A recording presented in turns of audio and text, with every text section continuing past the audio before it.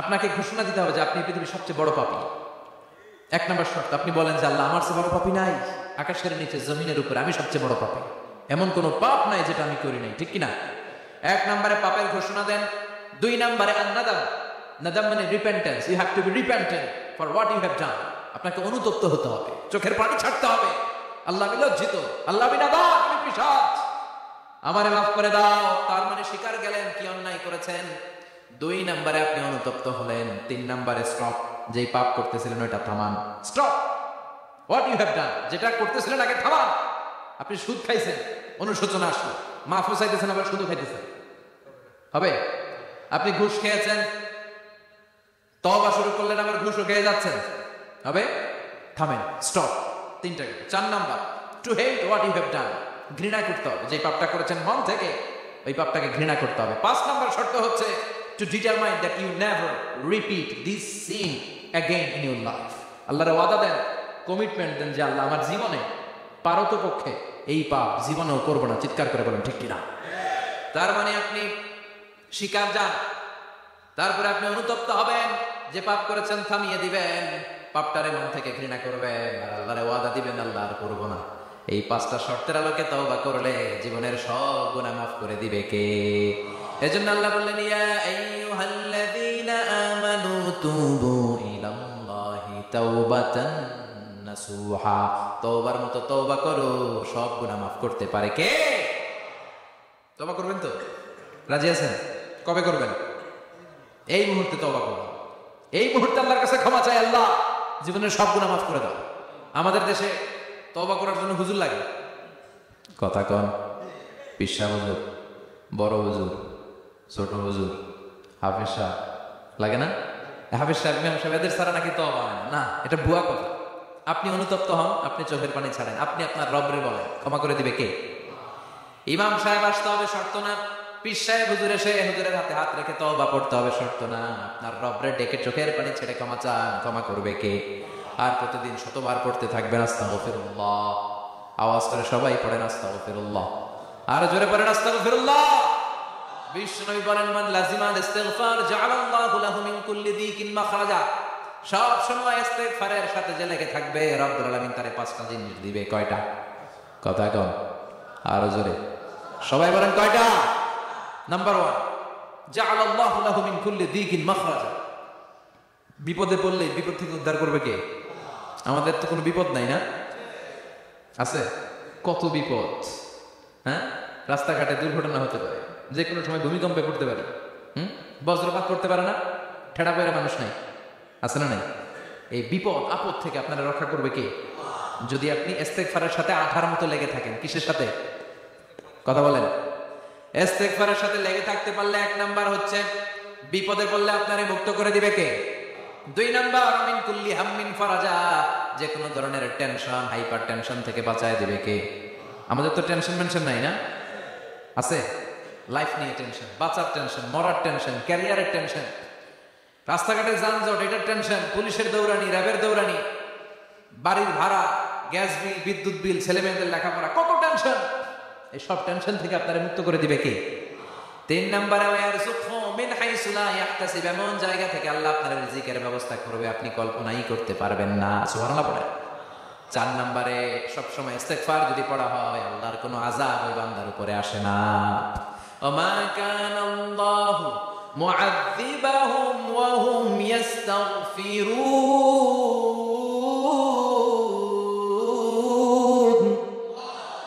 যতক্ষণ আমার বান্দা আমার কাছে ইস্তেগফার করতে থাকে, আমার কোনো আযাব বান্দারে পাবে না। যতক্ষণ ইস্তেগফার করবেন, আল্লাহর কোনো আযাব আপনার উপর আসবে না। চারটা গেল। পাঁচ নাম্বার, বারবার ইস্তেগফার করলে রফিক ভাই আল্লাহ আপনার মুস্তাজাব দাওয়া, দোয়া করা মাত্র কবুল করে নেবে কে? মুস্তাজাব দাওয়া বুঝুন তো? মানে যিনি হাত তুলতে দেরি, কবুল হতে দেরি হয় না। বারবার বারবার ইস্তেগফার পড়ে দেখেন যে আপনার দোয়া কেমনে কবুল হয়। এই পাঁচটা জিনিস পাবেন সবসময় যদি ইস্তেগফারের সাথে লেগে থাকেন। রাজি আছেন তো? এই জন্য বিশ্বনবী সব সময় নামাজে সালাম ফেরানোর পরে পড়তেন আস্তাগফিরুল্লাহ। কি পড়তেন? 3 বার পড়তেন আস্তাগফিরুল্লাহ, আস্তাগফিরুল্লাহ, আস্তাগফিরুল্লাহ। পড়তে রাজি আছেন? ইস্তেগফারের অনেকগুলো আলফাজ আছে, সবচেয়ে ছোট ইস্তেগফার হচ্ছে এটা, আস্তাগফিরুল্লাহ, আস্তাগফিরুল্লাহ। আরো আছে আস্তাগফিরুল্লাহ আল্লাযী লা ইলাহা ইল্লা হুয়াল হাইয়ুল কাইয়্যুম ওয়া আতুবু ইলাইহি। বিষ্ণু বলেন এই ইস্তেগফারটা যদি কেউ পড়ে, আত-তাওয়াল্লি মিন ইয়াউমিজ যাহাফ, যুদ্ধের ময়দান থেকে পালিয়ে আসা কবিরা গুনাহ। কি গুনাহ? কাফেরদের সাথে যুদ্ধ, আমি তাগড়া যুবক, তলোয়ার নিয়ে নেমেছি, আমার দেহের এক ফোঁটা রক্ত থাকা পর্যন্ত আমি যুদ্ধ চালিয়ে যাব, আমি ফিরে আসতে পারবো না, আইনটা কার? ফিরে আসলে কবিরা গুনাহ। বিশ্বনবী বলেন যুদ্ধের ময়দান থেকে ফিরে এসেছে এরকম কবিরা গুনাহ অবলম্বন কাটিয়ে যদি আস্তাগফিরুল্লাহ আল্লাযী লা ইলাহা ইল্লা হুয়াল হাইয়ুল কাইয়্যুম ওয়া আতুবু ইলাইহি পড়ে, ওই কবিরা গুনাহকারীকেও ক্ষমা করে দিবে কে? পড়তে রাজি আছেন তো?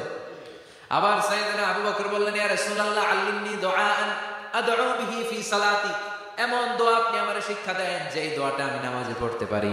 বিশ্বনবী বললেন, পড়ো আল্লাহুম্মা ইন্নী যালামতু নাফসি যুলমান কাসীরান ওয়া লা ইয়াগফিরুয যুনুবা ইল্লা আনতা ফাগফির লি মাগফিরাতাম মিন ইনদিক ইন্নাকা আনতাল গফুরুর রহিম। সুবহানাল্লাহ পড়ো। এটাও ইস্তেগফার। আমরা এটা বলি দোয়া মাসুরা, সালাম ফেরানোর আগে পড়ি না? যেখানেই ক্ষমা চাওয়ার কথা আছে ওইটারই কি বলে? ইস্তিগফার। আল্লাহুম্মা ইন্নী যালামতু নাফসি, আল্লাহ জুলুম করেছি, যুলমান কাসীরা, অনেক জুলুম, ওয়ালা ইয়াগফিরুয যুনুবা ইল্লা আনতা, তুমি ছাড়া এই গুনাহ ক্ষমা করার তো কেউ নাই, ফাগফিরলি মাগফিরাতাম মিন ইনদিক, তোমার দয়ায় আমারে ক্ষমা করে দাও, ইন্নাকা আনতাল গফুরুর রহিম, তুমি হলা ক্ষমাশীল। ঠিক কি না? এটাও ইস্তিগফার, এটাও পড়বে। আরে সব ইস্তিগফারের শ্রেষ্ঠ ইস্তিগফারের নাম সাইয়্যিদুল ইস্তিগফার। যত ইস্তিগফার হতে পারে এর মধ্যে সবচেয়ে শ্রেষ্ঠতম ইস্তিগফার নাম কি? কথা কর। বুখারীর বর্ণনা, শাদ্দাদ ইবনে আউস রাদিয়াল্লাহু তাআলা আনহু বর্ণনা করেন, এই সাইয়্যিদুল ইস্তিগফার দিনের বেলা যে পড়বে ওই দিনে মারা গেলে সে জান্নাতি। এই সাইয়্যিদুল ইস্তিগফার রাতের বেলা যে পড়বে ওই রাতে যদি ইন্তেকাল হয় ওই লোকটা জান্নাতি। মুখস্থ আছে না? কার কার মুখস্থ? হাত তোলেন। মাশাআল্লাহ, তাবারাকাল্লাহ, মাশাআল্লাহ, মাশাআল্লাহ।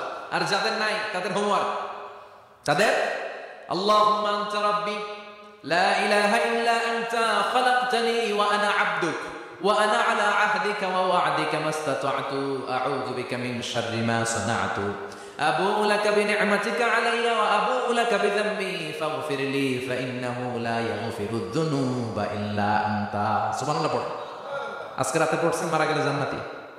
চিল্লায় পড়েন না আল্লাহু আকবার। এজন্য বিশ্বনবী বলেন আমার আগের গুনাহ মাফ, পরের গুনাহ মাফ, তারপরেও প্রতিদিন আমি 70 বার তওবা ইস্তিগফার পড়ি। আজকে থেকে পড়তে রাজি আছেন তো? বেশি বেশি ইস্তিগফার পড়া যাবে না? একটু প্রাণ খুলে দিল খুলে আওয়াজ করে পড়েন তো আস্তাগফিরুল্লাহ। আর জোরে পড়েন আস্তাগফিরুল্লাহ। আবার সবাই পড়েন আস্তাগফিরুল্লাহ। সব সময় তওবা ইস্তিগফার যারা পড়ে তাদেরকে পছন্দ করে কে? সব সময় জিকির করে করে জিহ্বাটারে যারা ভিজিয়ে রাখে তাদেরকেও পছন্দ করে কে? আল্লাহ বলেন ওয়াজকুর রাব্বাকা ফি নাফসিকা তাদাররুআন ওয়া খীফাতান ওয়া দুনাল জাহরি মিনাল কওলি বিল গুদুবি ওয়াল আসাল ওয়া লা তাকুম মিনাল গাফিলিন। সুবহানাল্লাহ পড়ে। আল্লাহ বলেন ওয়াজকুর রাব্বাকা ফি নাফসিক, আল্লাহরে মনে মনে ডাকো, তাদাররুআন ওয়া খীফা, আল্লাহর জিকির করতে আল্লাহ বলেছেন ফি নাফসি। বুঝতেছেন অর্থ? ফি নাফসিকা, মনে মনে আল্লাহর জিকিরটা করো। তাদাররুআন ওয়া খীফা, তাদাররুআ মানে বিনয়ের সাথে, with full of humility, submission and humbleness, বিনয়ের সাথে আল্লাহর ডাকো। ওয়া খীফা, গোপনে গোপনে ডাকো। দুনাল জাহারি মিনাল কওল, চিৎকার চেঁচামেচি করে ডেকো না। কার কথা? আওয়াজ করে জিকির করো না। এই যে আমরা মাহফিলে লা ইলাহা ইল্লাল্লাহ জিকির করে, এটা তালিম। উদ্দেশ্য কি? তালিমের জন্য আওয়াজ করে জিকির জায়েজ আছে, কিন্তু ব্যক্তিগত জিকিরের যে ইবাদতটা এটা আস্তে আস্তে হইতে হবে, এটা ভদ্রভাবে হতে হবে, চিল্লাচিল্লি করে নয়। আবার তালিমের জিকির ওইটাও ভদ্রভাবে। ইন্নাল্লাহা জামিল ইউহিব্বুল জামাল, আমার আল্লাহ সুন্দর, আমার আল্লাহর জিকিরের মধ্যেও সৌন্দর্য আছে না নাই? কিন্তু এদেশে জিকিরের ভিতরে লাফালাফি আছে না নাই? বেশি না কম? কি বসেন বসেন?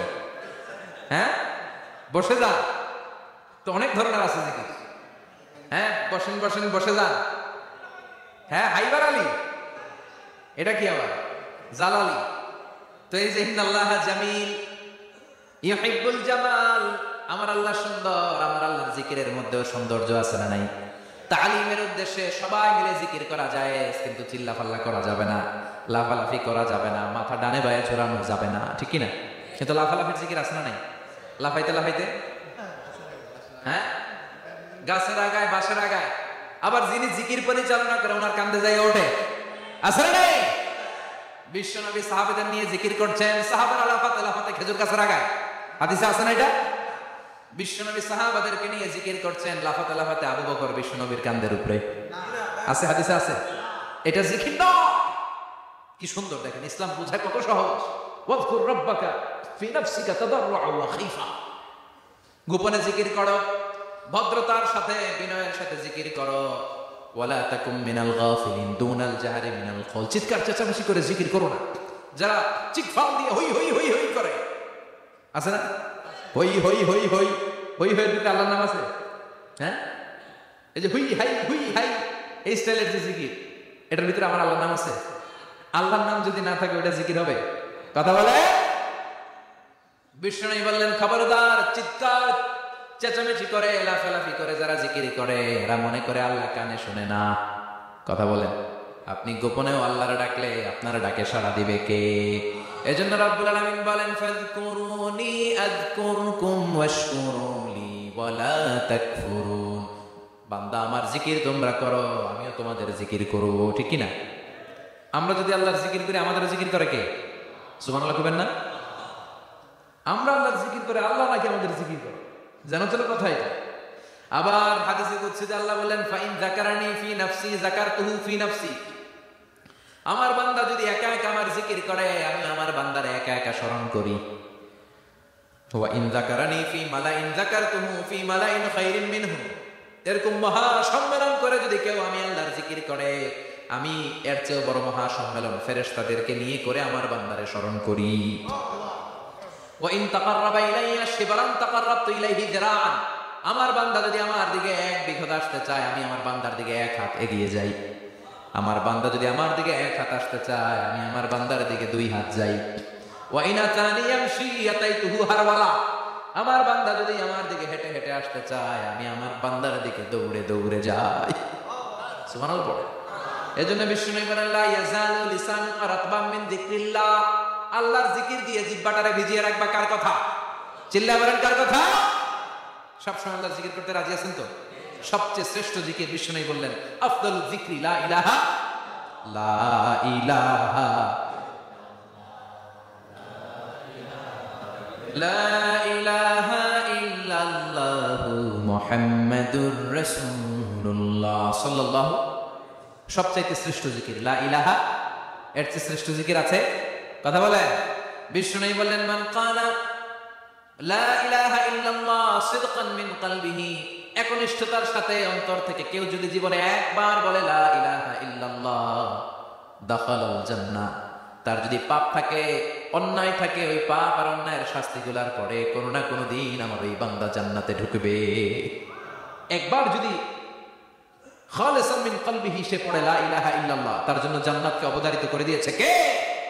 আবার এটার নাম আল্লাহ দিয়েছে কালিমায়ে। কথা বলেন। দরাবাল্লাহু মাসালান কালিমাতান তাইয়িবাতান কাশাজারাতিন তাইয়িবাতিন আসলুহা সাবিতুন ওয়া ফারউহা ফিস সামা। সুবহানাল্লাহ। পবিত্র বাণী এটা কালিমায়ে তাইয়িবা।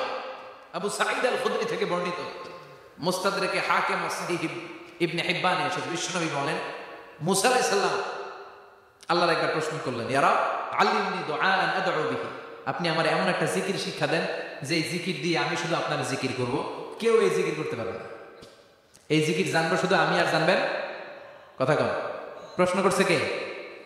হ্যাঁ, কাকে করেছে? আল্লাহ এমন একটা জিকির শিখান যে জিকির কেউ জানে না, আমি জানবো, আর ওই জিকির দিয়ে প্রাণ ভরে আপনারে ডাকবো। আল্লাহ বললেন, মুসা পড়ো লা ইলাহা লা ইলাহা ইল্লাল্লাহু মুহাম্মাদুর রাসূলুল্লাহ। মুসা আলাইহিস সালাম বললেন, আল্লাহ চাইলাম কি, কইলেন কি? লা ইলাহা তো জাতীয় জিকির, এটা তো আন্তর্জাতিক জিকির, এটা জানে না এমন কেউ নাই। এমনকি হিন্দু ভাইরাও জানে। কথা কম। আল্লাহ আমি তো চাইছিলাম এক্সক্লুসিভ, আমার জন্য স্পেশাল। এর চেয়ে সুন্দর আর কেউ জানবে না। এত সুন্দর একটা জিকির আপনি